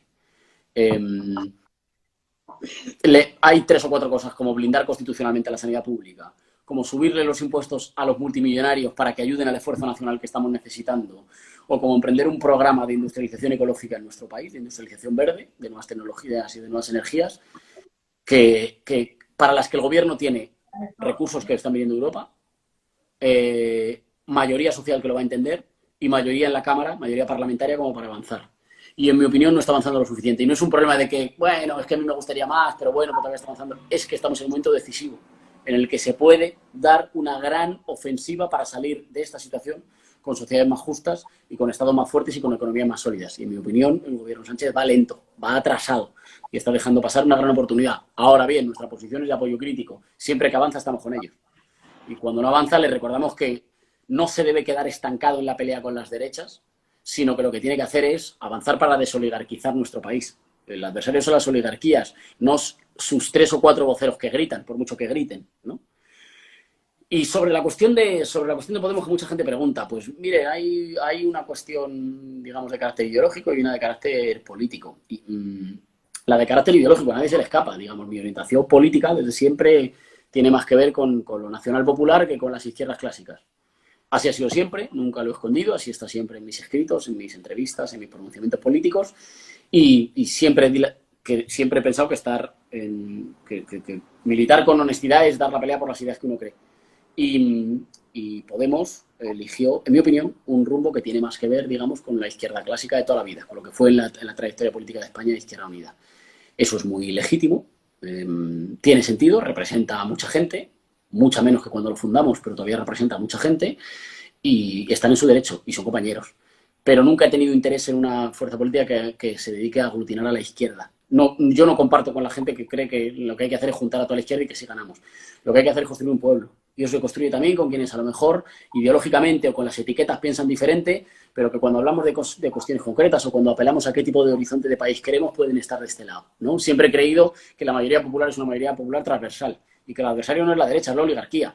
Ojo, a lo mejor en el camino de chocar con la oligarquía se nos ponen entre medias la derecha y chocaremos, digamos, con ideas, con argumentos, pero no se trata de juntar a la izquierda para chocar con la derecha, se trata de juntar al pueblo para que sea cada vez más soberano y dependa menos de los caprichos de 3 o 4 oligarcas. Esa era la idea, digamos, con la que lo fundamos inicialmente, se fue separando cada vez más y yo además, y lo he contado muchas veces, en mi opinión, bueno, no mi opinión, en mi experiencia personal, cada vez era más difícil estar en una organización, digamos, en la que la vida interna tenía un carácter muy autoritario y que a mí se me hacía imposible. Hay mucha gente que ahora me dice, joder, me gusta mucho lo que dices en el Congreso, me hubiera gustado oírtelo. Bueno, pues la gente no podía, porque no me dejaban. y decidí que no vengo de la cultura de los partidos comunistas, no estoy cómodo en ese tipo de funcionamiento, político, en mi opinión de cuño más autoritario, y decidí que contribuía a fundar un espacio político que en Madrid es la primera fuerza en la ciudad, el 15% en la región, y que tenemos humildemente 3 diputados nacionales en nuestra primera andadura, que los ponemos al servicio de un gobierno para que avance en un sentido progresista y que han sido determinantes para que avance. En todo caso, digamos, máximo respeto.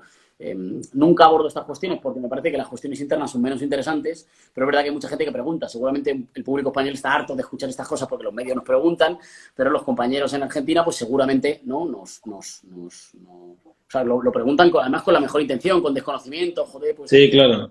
¿no? Y, a ver, es cierto lo que decís. Que hizo ruido, que acá la gente que te sigue y que lo sigue a ustedes y que vimos lo del 11M como un proceso parecido a lo que fue el post-2001 para nosotros, fue llamativo esa decisión que tomaste. Yo siempre la entendí en el sentido que lo estás planteando vos, básicamente porque, como te decía, mi amigo Facundo, que trabaja conmigo, es el santiagueño, que debe estar llorando por esta reunión que estamos haciendo. Un abrazo, compañero Facundo. Sí, me mantiene al tanto día a día de cómo viene la situación y además es rejonista de primera hora. Pero, digamos, coincido en algo de lo que decís vos y me parece que también estaría bueno preguntárnoslo, que es la dificultad de construir pueblo. Vos sabés que en la Argentina el concepto de pueblo está muy asociado al peronismo y los compañeros a veces suponen que el pueblo es solamente aquellas personas que no son la oligarquía o que el pueblo es una suerte de categoría equivalente a la de clase trabajadora o asalariada. Y en realidad, por lo menos para nosotros, para los que lo hemos leído en la CLO, para lo que charlamos con Jorge, bueno, y que más o menos tenemos una línea de lectura similar, en las sociedades postindustriales la composición del pueblo se ha vuelto un desafío, no es una situación universal que se da para siempre.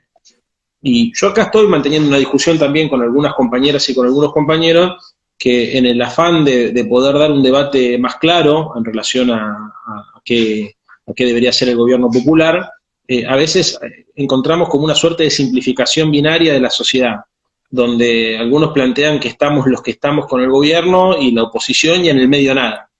Y una de las cosas que a mí más me interesa tratar de construir acá o ayudar a construir acá es la idea que la sociedad es mucho más diversa que los peronistas y los antiperonistas o los frentistas y los antifrentistas, y que hay un sector flotante que a veces vota una cosa y a veces vota otra, que son esos independientes despolitizados que en general suelen coincidir con un segmento de la pirámide social que son los laburantes pobres, o sea, la clase media, la clase media baja, el monotributista, el autónomo, el trabajador precario, que no tiene una identidad política ni una pertenencia de clase muy definida, que accede a la politización eventualmente en momentos electorales, pero que después tiene más bien una lectura crítica de lo que sucede dentro de las instituciones, pero que, sin embargo, es tan legítima su opinión y su voto como el de cualquiera de nosotros. O sea, más allá de que nosotros, desde una posición de petulancia intelectual y de soberbia, muchas veces querramos ningunearlos con el concepto de lúmpenes o desclasados, o de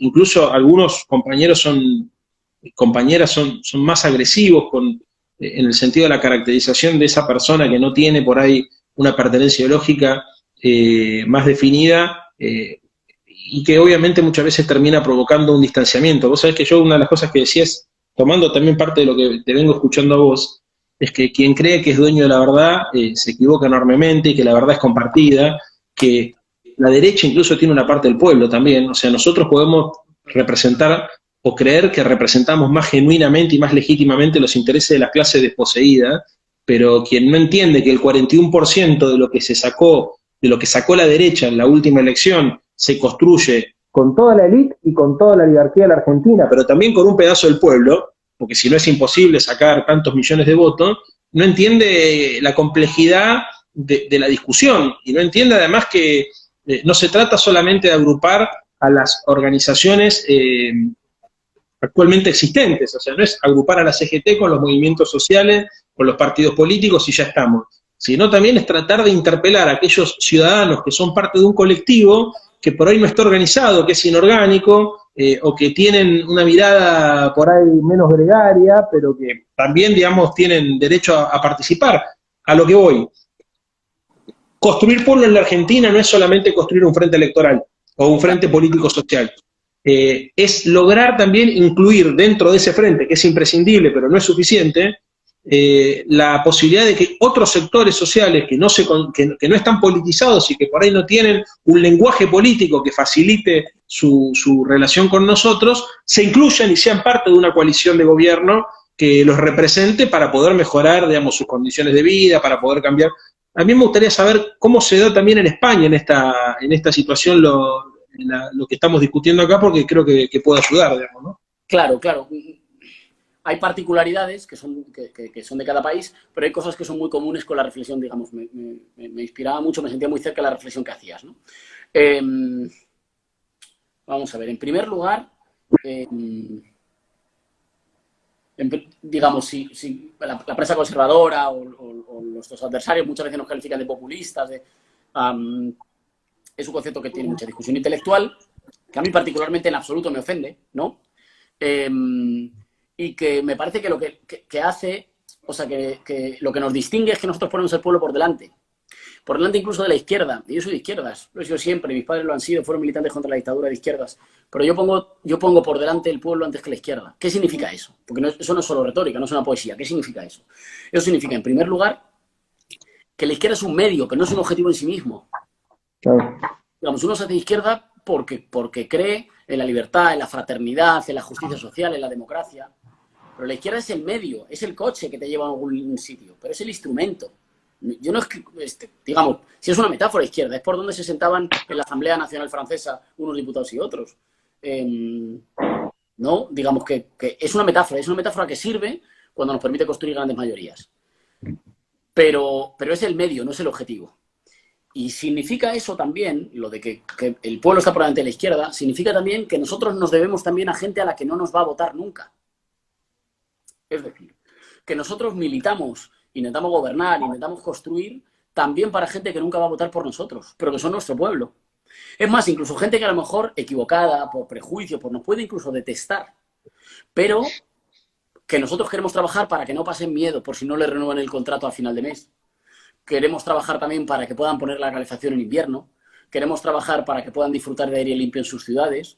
Queremos trabajar para que puedan vivir en un país en el que sus hijos tengan derecho a la educación. Incluso si no nos van a votar nunca, porque nos debemos a ellos. Sí. Incluso asumiendo que a lo mejor tienen intereses diferentes y en algún momento van a querer girar. En algún momento van a querer girar las cosas en un sentido contrario. Pero nosotros no hacemos política para los convencidos. Hacemos políticas para el conjunto de nuestro pueblo, para que la gente tenga vidas más seguras, más tranquilas, ¿no? Luego, con respecto a cómo es en España, mira, las grandes transformaciones no se hacen con el 55%. Se hacen con un 60%, con un 70%. Esto no es una cuestión numérica, de que es que hasta que no tengas el 60 no puedes avanzar. Pero cuando tú tienes el 55, tienes que trabajar para asumir que tienes que expandir. Pero expandir no es solo repetir lo que tú ya piensas.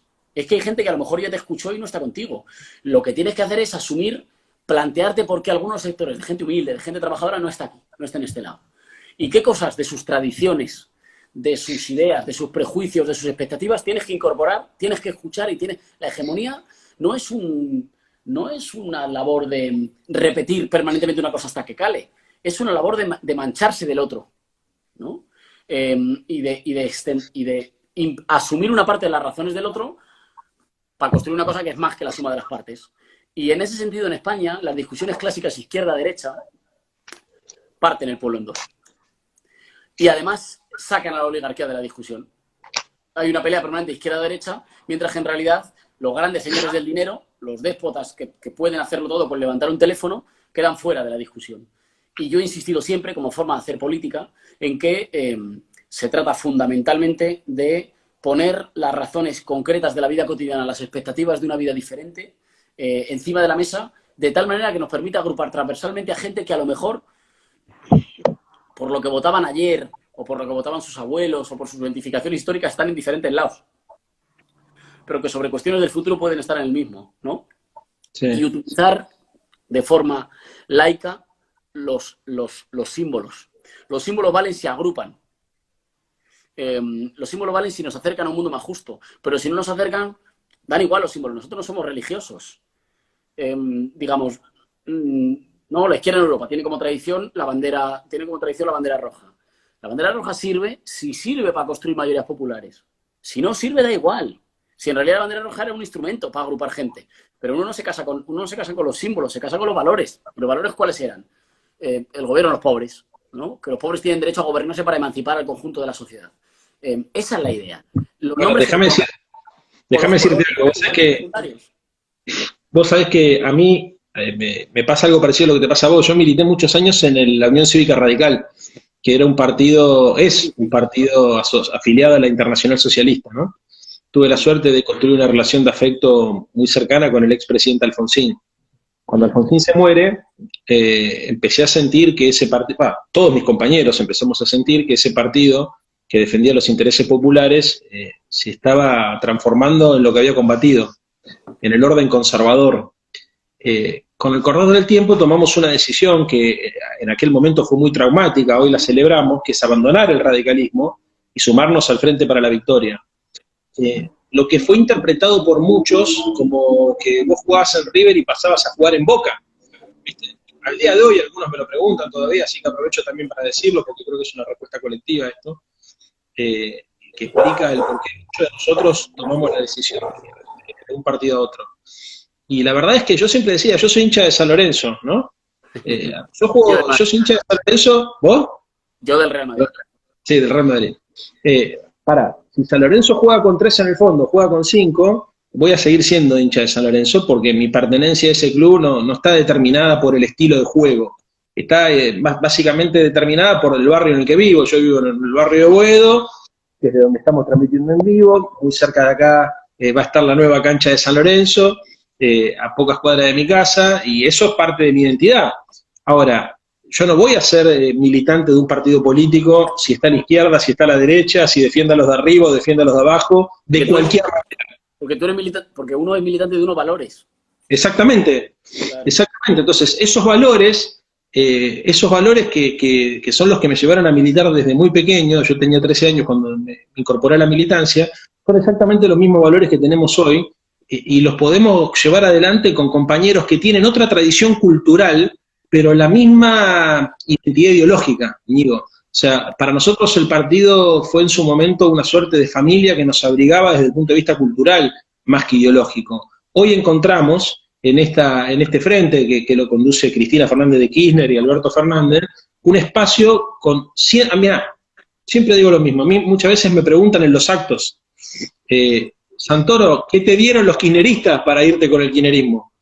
Entendiendo que te tienen que dar algo material, ¿no? Y la respuesta es la misma. Nos dieron cientos de miles de compañeros para transformar la Argentina. Eso es lo que... y eso creo que tiene mucho que ver también con la respuesta que vos has dado acerca de por qué has decidido formar un espacio político distinto, lo que no significa que por ahí en algún punto no tengas coincidencias con tus ex compañeros de militancia, pero en definitiva, los instrumentos son solamente instrumentos, y las banderas van más allá de las viejas nomenclaturas y van muchísimo más allá de los espacios transicionales, ¿no? Sobre todo porque al final nosotros no somos tan importantes. Claro. Como nosotros concretamente, ni los dirigentes, ni la gente que hace labor de vanguardia en un momento dado, nosotros no estamos, si nosotros en realidad estamos de paso. Lo que uno se tiene que preguntar es qué servicio le haces, ¿no? O cómo le haces servicio a una causa que se le puede llamar de diferentes formas, ¿no? Y que se puede expresar con diferentes símbolos, pero que básicamente, pues eso, la de la fraternidad republicana, la de la soberanía popular, la del feminismo, ¿no? Pues esos son los valores. Ahora cada uno tiene que preguntarse dónde es más útil, cómo se construye mejor y cómo, pero no tanto con etiquetas de dónde viene cada uno, que a mí eso me interesa, digamos, me parece menos, bueno, ya cada uno, pero me parece que tiene menos interés, curiosidad, ¿no? Interés historiográfico, sino sobre todo, ¿no? Como cuáles son las grandes ideas fuerzas, los grandes afectos que nos hacen estar juntos, que nos permiten mirar hacia adelante como con un proyecto compartido. Y yo creo que eso, digamos, lo nacional popular no se puede convertir en otra etiqueta igual que la cantidad de etiquetitas pequeñas que tiene ya todo el mundo de la izquierda. Es una forma de entender que por encima de los partidos políticos está la reunión del pueblo y la patria, ¿no? Construir una patria que esté al servicio, en primer lugar, de los más desfavorecidos. Eso es. Y eso no puede ser otra etiqueta más en el mercado de las etiquetas de toda la izquierda. Yo soy no sé quéista, yo soy no sé cuántosista. No, no, es otra cosa. Nosotros creemos en la capacidad de los pueblos para gobernarse y para ser felices, y se puede notar de sus propias normas, ¿no? Por encima de la tiranía de los señores del dinero. Y queremos afirmarla en nuestros países, porque amamos a nuestros países y queremos que estén al servicio de sus pueblos. Y eso en cada sitio se llama de una forma, ¿no? Pero lo importante son los valores, y ustedes lo llaman de una manera y nosotros aquí lo llamamos de otra, pero ¿no? Esa es. Es lo mismo. Bueno, Íñigo, que si te gustaría cerrar con algo que te haya quedado, con alguna otra pregunta. No, hemos hablado aquí para dar y tomar. No, ha sido Bueno, un la verdad, gustazo, un gustazo. a mí Gracias, Leandro, por la invitación, y a todos los compas de Los Irrompibles. Y nada, espero que lo hagamos más veces. ¿Vale? sí, Mando un por saludo también supuesto. a toda la gente que ha pasado muchísima gente por aquí. Ha habido 1.300, ha habido hasta 3.000 y pico. Mando un saludo a toda la gente porque ha sido un gustazo de conversación, de charla, y es un gusto teneros, compas. Así que nada, yo mandaros un abrazo muy fuerte. Bueno, un abrazo grande y ojalá antes de fin de año podamos repetirlo, si te parece. Sí, hagamos otro, que a mí me gusta mucho. ¿Vale? ¿Eh? Venga. Abrazo grande y saludo a toda la gente allá del otro lado del océano. Yo damos otro saludo para otro lado. Un beso fuerte. Gracias. Igual. Y nos retiramos de esta forma. Así lo fuimos.